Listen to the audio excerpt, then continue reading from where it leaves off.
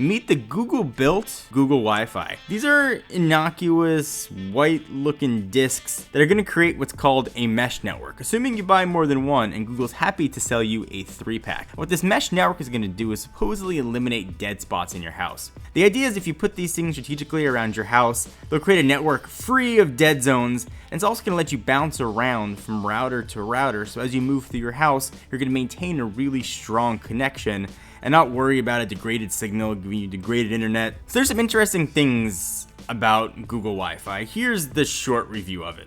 It works well. We set it up in the office, we set up 3 in different points, and the network connection speed was consistent with what we had with our gigantic 19,000 antennas TP-Link router, which is a big testament to what Google is trying to do here. It's not all awesome. I wish I could set a separate 2G and 5G network. Instead, Google's looking to sort of take the complexity out of setting up a router, and they just do it all for you. There's one network name, and they trust that your device is going to know which one to connect to, whether connect to a 2G or a 5G.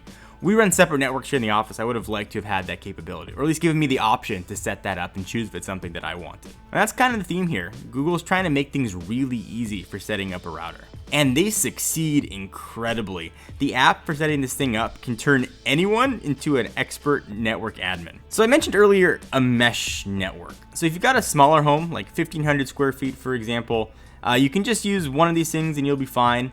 But again, Google offers a 3-pack that'll cover up to 4,500 square feet, which is really big. What Google Wi-Fi is doing isn't anything new or revolutionary here. It looks eerily similar to the Eero routers, creating mesh networks. So here's what it boils down to with Google Wi-Fi. If you want a router that's really easy to set up, get it. If you've got an area in your home with a ton of dead zones you do with your traditional router, pick it up. If you want a router that's gonna look different and not look like an innocuous black box with antennas sticking out everywhere, get Google Wi-Fi. It looks really nice. Do not get Google Wi-Fi if you want a separate 2G or 5G networks, or if you are remotely paranoid about what Google's watching you do, because you gotta have a Gmail account in order to set this thing up. One question that I did get a lot though, if 3 for some reason not enough for you, like if you live in a mansion, Richie Rich, you can pick up another one, you can add 4 or more, you can create a ginormous mesh network without really having a loss of internet fidelity.